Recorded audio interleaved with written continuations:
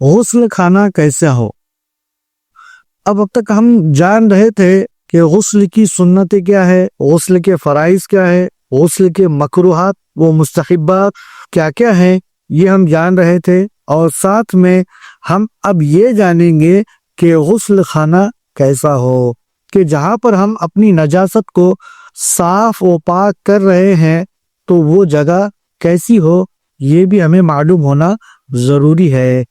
کیا کہ کوئی بغیر چھت کا ہی غسل خانہ ہے، یا ایسا غسل خانہ ہے کہ جہاں پر کوئی چار دیواریں ہی نہ ہو، تو اس حالت میں ہم کس طرح سے غسل کریں؟